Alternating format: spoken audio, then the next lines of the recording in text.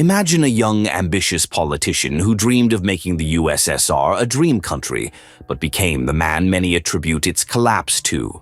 Mikhail Gorbachev is a controversial personality even decades later. How did he rise to power as the youngest general secretary in the history of the USSR? Gorbachev was born into an ordinary peasant family in Stavropol in 1931. His parents knew what war and famine were, and he himself was accustomed to hard labor from childhood. Already in his school years, Gorbachev stood out. He was not only an excellent student but also an activist, organized events, and helped adults. Such pressure helped him to enter Moscow State University, the Faculty of Law, which for a provincial guy was an incredible achievement. After university, Mikhail Sergeyevich quickly climbed the career ladder. He started with a position in the district party committee in Stavropol, but by the age of 40 he had already become the first secretary of the regional committee. He was singled out for his energy and ability to find a common language with people. But most importantly, he was trusted by his senior colleagues, which allowed him to enter the inner circle of power in Moscow. In 1985, when the USSR began another change of leaders, the choice fell on Gorbachev. He became general secretary at the age of 54, which was a real sensation. All his predecessors were much older. Many of them no longer had enough strength for active leadership. His youth was perceived as a hope for change because the USSR was stagnating at that time. People wanted something new, and Gorbachev seemed to be the one who could give it. But his first step, a program to accelerate the economy, was a failure. It was supposed to increase production by modernizing factories, but instead it only exacerbated the crisis. In 1986, the economy began to fall even further, and familiar goods began to disappear from stores. People's expectations turned to disappointment.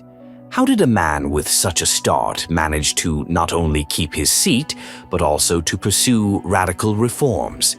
The answer is in his belief in himself and his desire for change, which, as it later turned out, became fatal for the USSR.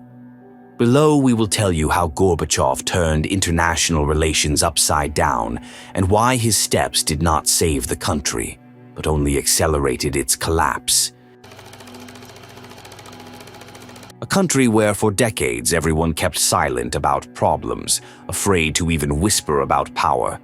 And then suddenly a leader appears who says, "Enough! We must change everything."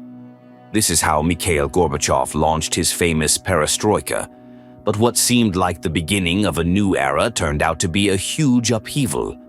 When Gorbachev became general secretary, he realized that the USSR was a giant on clay feet. The economy was faltering, technology was lacking, and people were increasingly complaining about life. Perestroika was supposed to fix everything. The basic idea was to simultaneously renew the economy, politics, and society. The first step was glasnost, which was a real revolution. For the first time, people were allowed to openly criticize the authorities, even on television. For example, the popular program Vzglyad discussed corruption, shortages of goods, and even the failures of Soviet leaders. Newspapers printed articles about real problems that had previously been afraid to talk about. This gave hope for a better future, but it also created a lot of resentment. If things are so bad, why did we keep quiet before? In the economy, Gorbachev hoped for reforms. He wanted to make the USSR a strong player on the world stage by introducing elements of a market economy. However, this led to disaster. By 1990, even basic products had disappeared in the stores: sugar, oil, sausage. People stood in lines for hours, and there was only vinegar on the shelves. The economic downturn reached such a level that workers stopped receiving their paychecks on time, and businesses closed en masse. Soviet citizens accustomed to stability found themselves in a situation where life became unpredictable and difficult. Perestroika promised a new life, but turned into a series of crises. The most surprising thing is that many people at the time still believed that change would eventually bring something good. But why did the country eventually fail to survive these reforms? And how did it all lead to its collapse? When Gorbachev came to power, he was sure that the Union could be renewed. But the reality turned out to be more complicated. Perestroika gave the republics more freedom than they had before, and with it grew their desires to get out from under Moscow's control. In the Baltics, for example, people began to organize mass rallies demanding independence. They no longer wanted to be part of the USSR, but considered themselves occupied. Against this background, the economy of the USSR continued to decline. By 1991, industry had shrunk by 18%, and inflation had risen to 100%. People could not understand. Why had everything become so scarce in a country with such wealth? Gorbachev tried to find a balance between the demands of the republics and running the whole country, but it was like trying to hold water in a sieve. By December 1991, everything collapsed. The three republics, Russia, Ukraine, and Belarus, secretly signed the Belovezhskaya Agreement, which officially ended the existence of the USSR. And what is most surprising, Gorbachev was not even invited to these negotiations. He was almost the last to know about the collapse of his country. Many see this as proof that he had already lost control and influence.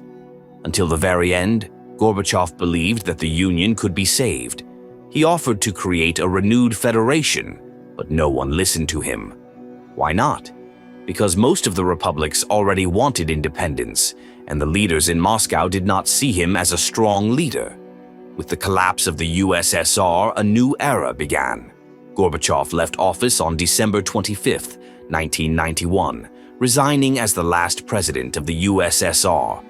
But what did he do next? Why did he agree to such an unusual step as taking part in an American pizza commercial? After the collapse of the USSR, Gorbachev created his own foundation to engage in scientific and social activities. However, his work required funding, and in Russia there was no money for this. The state refused to help, and foreign sources were not stable either. At this point, he was approached by representatives of Pizza Hut with a proposal to star in an advertisement. The video in which Gorbachev and his granddaughter enters the pizzeria became a real sensation. At neighboring tables, people argue, "He's the one who destroyed the country." "No, he gave us freedom." In the end, everyone agrees that because of his decisions, there is now Pizza Hut pizza. The ad was aimed at a Western audience, where Gorbachev was respected for his role in ending the Cold War, but the reaction to the commercial was mixed. Americans ironically remarked that the man who destroyed communism is now advertising capitalism.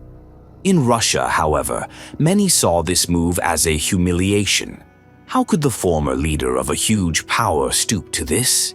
Despite the criticism, Gorbachev did not consider his participation a mistake.